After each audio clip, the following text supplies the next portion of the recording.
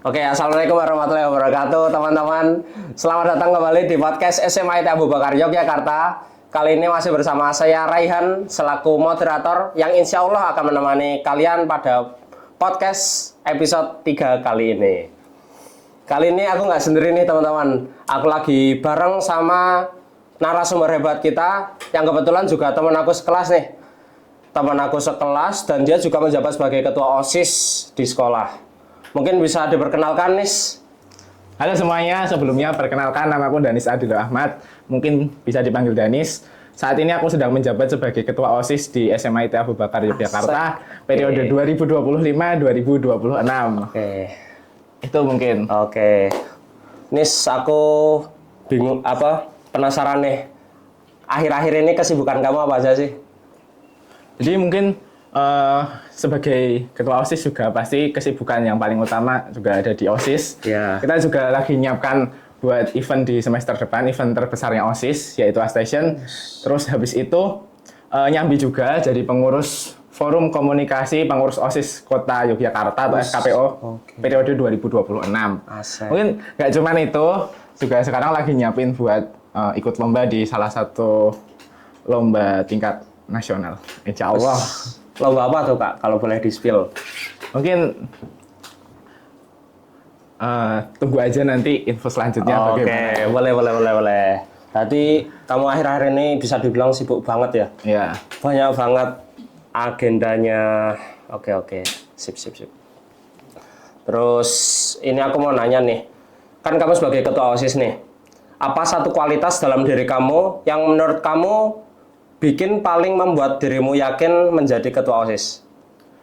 Mungkin salah satu hal yang jadi pertimbanganku juga, aku itu kayak ibaratnya mungkin kalau orang itu hal-hal kecil aja kadang terlalu dipikirin. Oke. Jadi di dalam OSIS itu kadang Gak apa-apa, ini emang susah diatur ini. di dalam OSIS itu kadang ada banyak hal-hal kecil yang mungkin sering orang sepelein juga. Tapi itu tuh jadi hal yang penting banget buat gimana caranya OSIS itu bisa berjalan dengan baik. Oke. Itu sih. Menarik. Dengan pertimbangan hal-hal lain juga yang mungkin dari segi kekurangan pasti banyak. Dan itu juga jadi pertimbangan juga. Oke. Terus sekarang kan bisa dibilang udah mau masuk ke akhir jabatan ya. Pas dulu awal-awal kamu dilantik nih, ketakutan terbesar kamu apa kalau mau jadi ketua OSIS? Jadi karena mungkin dari kelas 10, dari awal kelas 10 ya, gabung ke OSIS, aku tuh nggak nyiapin diriku buat jadi ketua OSIS. Bahkan dari SMP pun aku juga nggak ada pengalaman sama sekali nggak ada buat ikut organisasi. Jadi hal utama yang paling kutakutin adalah gimana caranya aku tuh bisa ngatur organisasi itu. Karena dengan minimnya pengalaman yang kupunya, tentunya itu juga pasti bakal jadi tantangan berat buat organisasiku. Dan itu juga nggak cuma berpengaruh pada diriku sendiri, tapi juga pasti sama teman-teman semuanya. Itu. Jadi bisa dibilang kamu tuh takut karena kamu belum punya pengalaman jadi ketua OSIS gitu ya? Dulu SMP kamu ikut organisasi gitu nggak? Enggak. Jadi enggak. Di SMP aku juga nggak ikut organisasi apa-apa. Jadi pertama kali benar-benar pas SMA? Benar-benar pas SMA dan itu mulai dari nol. Kelas, oke. Terus siapa sih sosok pemimpin, boleh tokoh sejarah atau fiksi yang jadi role model kamu dalam menjadi pemimpin? Jatuh lagi tuh. Aduh, jatuh lagi nih. Jadi yang susah. Karena apa? Dari awal aku nggak nyiapin diriku buat jadi ketua OSIS. Terus aku juga nggak terlalu ngikutin sejarah dan lain-lain. Mungkin yang jadi Gak apa. Yang jadi salah satu role modelku buat jadi ketua OSIS itu adalah ketua OSIS sebelumnya. Jadi mungkin kan sebelum kita pindah periode ke masa jabatan baru, pasti kan ada proses perubahan pengurus kan. Nah di situ tuh benar-benar kita manfaatin buat mempersiapkan diri kita jadi ketua OSIS. Dan itu gimana caranya kita tuh mengamati cara kerjanya ketua OSIS di sekolah sebelumnya. Itu yang benar-benar aku jadiin bahan pembelajaran. Tuh. Jadi kamu mempelajari dari ketua OSIS sebelumnya gitu ya? Iya. Oke, boleh. Terus gimana cara kamu menyatukan anggota OSIS yang punya kepribadian berbeda-beda supaya mereka tetap bersatu atau kompak? Jadi gimana caranya biar OSIS ini kompak? Pertama, pastikan mereka itu bisa saling akrab satu sama lain. Oke. Yang paling susah itu gimana caranya biar adik kelas Ya. sama kakak kelas itu tuh bisa akrab. Bisa akrab. Nah, Itu. iya sih, jujur Yang- susah. Yang paling utama itu tuh dari PH-nya dulu. Dulu pas awal-awal semester 1 kelas 11, Oke. kebetulan juga jadi petugas MPLS dan dampingnya adik-adiknya, itu tuh juga jadi salah satu kesempatan buat diriku buat mungkin nyiapin kepengurusan OSIS berikutnya. Di situ mulai bangun komunikasi karena masih awal pasti kan lebih enak kan. Lebih enak. Akrab sama adik-adiknya, terus ngajak buat join organisasi, itu tuh yang paling enak. Terus dari situ mulai kebangun nih, ikatan komunikasi antar adik kelas. Itu tuh yang jadi kedepannya bisa lebih enak buat komunikasinya. Sampai sekarang juga kebetulan, alhamdulillahnya di OSIS sendiri buat kakak kelas sama adik kelas itu bisa sama-sama deket lah. Tentunya juga tadi perbedaan karakter, sifat, kepribadian itu pasti ada, dan itu kadang-kadang juga pasti ada problemnya masing-masing. Iya, pasti. Tentunya yang paling diutamakan yaitu komunikasinya. Berkali-kali aku udah nyampaikan juga ke semua anggotaku, tolong buat komunikasi di organisasi itu dijaga. Oke, siap. Jaga chemistry ya. Ya, Emang susah sih. itu salah satu tantangan juga kan. Benar-benar. Terus gimana cara kamu menjaga semangat anggota yang mulai burn out atau mulai malas-malesan nih? Nah, Kan banyak yang kayak gitu ya. ya, ini salah satu pertanyaan yang relate banget karena beberapa kali di periodeku itu tuh ada banyak pengurus yang dia tuh benar-benar sudah stres dan dia kayak rasanya tuh dia mengatakan nggak kuat. Mungkin sebagai ketua OSIS juga nggak bisa kan membiarkan anggota itu ya udah dia stres, dia mau keluar, ya udah keluar aja kan nggak bisa. Iya, benar. Yang pertama pasti kadang anggota itu langsung ngeluhkannya ke aku. Ke kamu ya. Jadi yang pertama aku harus tanyain dulu nih alasannya kenapa. Terus ya gimana caranya aku tuh bisa menguatkan mereka biar mereka tuh bisa tetap aktif, bisa tetap enjoy lah di organisasiku gitu. Dan itu nggak cuma sekali, 2 kali, bahkan beberapa kali. Memang banyak yang kayak Ya. gitu. Lumayan menantang ya. Ya, karena semakin berkembangnya zaman kan pasti tantangannya juga berbeda-beda kan. Ya, ya, ya. Terus apa tantangan tersulit saat harus jadi penengah di antara keinginan teman-teman siswa dengan kebijakan Bapak dan Ibu guru?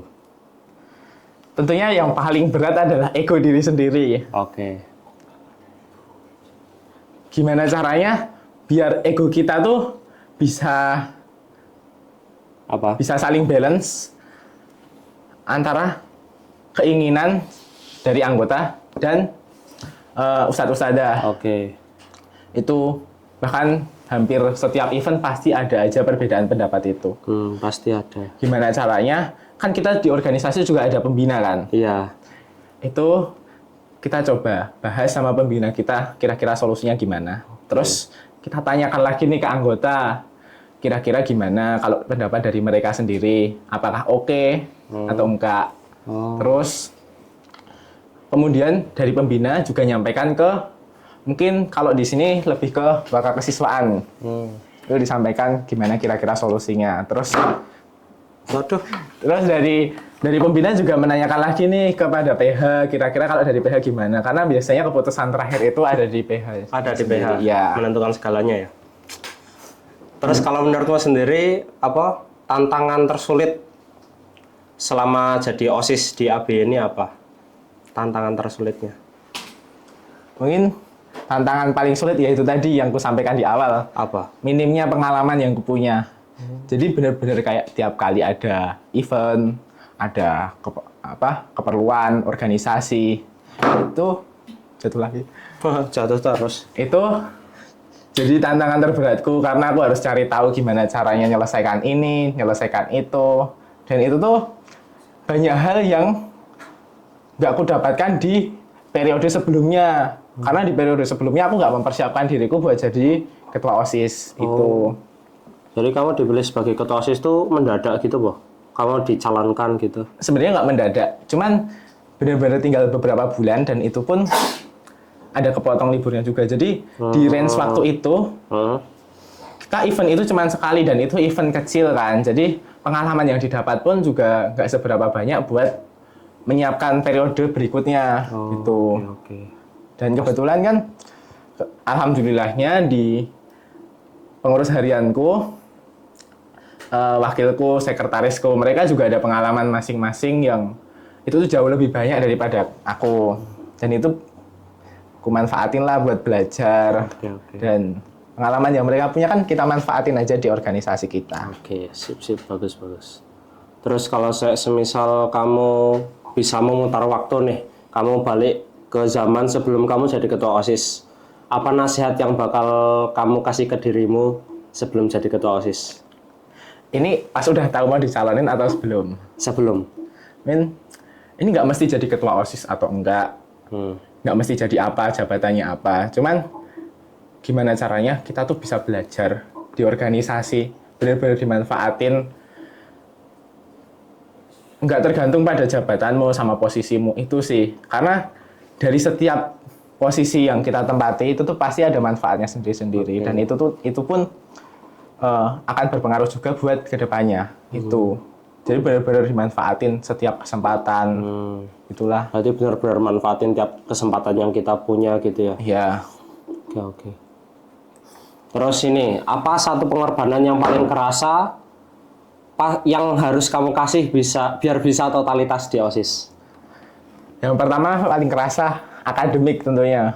Aku bukan tipe orang yang pintar, yang gampang ngerti suatu materi, suatu pelajaran. Masa sih? Iya. Itu benar-benar harus effort. Itu yang paling kerasa karena semester 1 kemarin nilai itu kerasa benar-benar anjlok. Tentunya yang tadi pertama stres karena masih awal, minimnya pengalaman. Itu kan pasti kayak benar-benar memakan waktu yang kita punya kan buat mempersiapkan itu. Iya.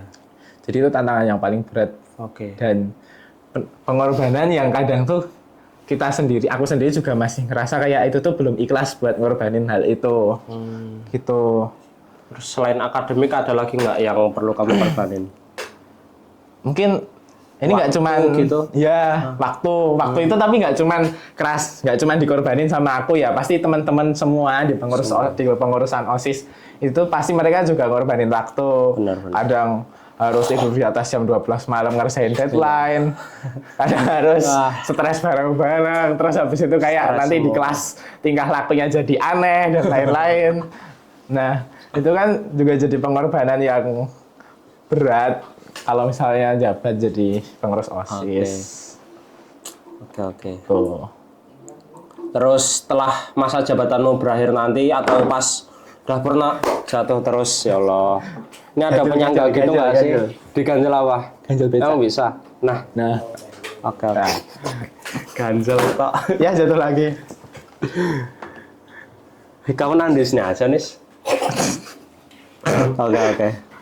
Terus setelah kamu purna nanti, apa satu hal yang mungkin bakal kamu kangenin banget pas bisa menjabat sebagai ketua OSIS?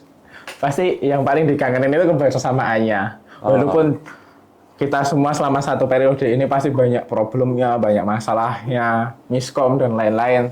Itu tuh jadi hal yang mungkin nggak bakal kita rasain setelah itu. Dan pasti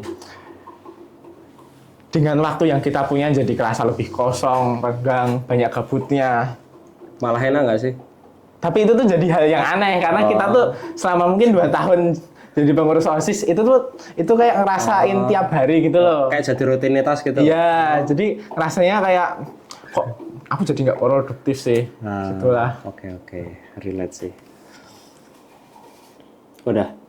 Jadi mungkin di sini aku juga mau tanya ke moderatornya karena kebetulan moderatornya juga dia salah satu pengurus harian, wakil ketua MPK. Kira-kira apa sih yang dia rasain dan itu pun kayak ada perbedaan gitu loh dari OSIS sama MPK selama menjabat itu gimana kalau dari moderator nih? Malah ditanyain balik ini. Jadi nek menurutku ya perbedaan apa PH kan Danis kan ini sebagai PH OSIS ya dan aku PH MPK. Sebenarnya perbedaan OSIS dan MPK tuh kerasa banget. Soalnya OSIS tuh di ABY itu apa ya? Secara event atau acaranya mereka tuh lebih banyak, jauh lebih banyak daripada MPK. Jadi ya aku jadi PH MPK ya bisa dibilang nggak apa ya?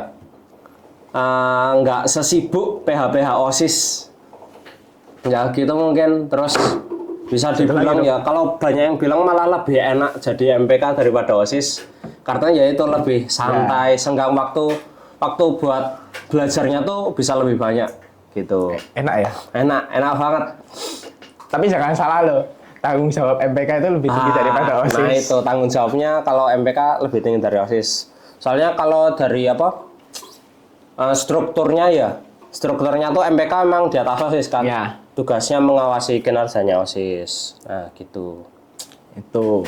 Jadi buat teman-teman yang nggak tahu enak jadi MPK apa enak jadi OSIS, ya itu tergantung dari kalian. Tergantung dari kalian ya, benar-benar. Kalian pengennya apa?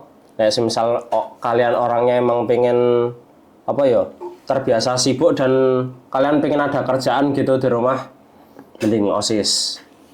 Tapi nek kalian orangnya malas-malasan, ya nggak malas-malasan juga sih. Di organisasi jangan males ya? Iya, bukan malas apa ya?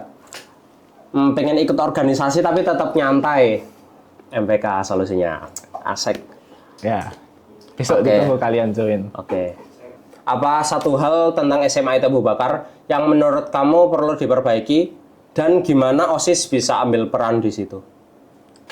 Jadi karena kebetulan aku juga beberapa kali ikut lomba. Oke. Dan itu juga kadang merasa agak kurang dari pihak sekolah. Oh, Seperti kayak info-info lomba. Mungkin itu masih jarang buat sampai ke siswa. Wah. Nah, itu kebetulan di salah satu divisi OSIS itu ada yang namanya info lomba. Dan itu juga bisa jadi salah satu alternatif buat teman-teman semua. Dan itu juga rutin kita nge-share ke grup. Mungkin kalau yang tahu info ABY, nah itu. Jadi itu salah satu kekurangan yang mungkin kedepannya semoga sekolah bisa memperbaiki, teman-teman semua bisa merasakan manfaatnya dan mendapatkan kesempatan yang banyak lah buat ikut banyak lomba gitu. Bermanfaat banget ya, apalagi kalau saya menang kan sertifikatnya bisa dipakai kan ya. Iya.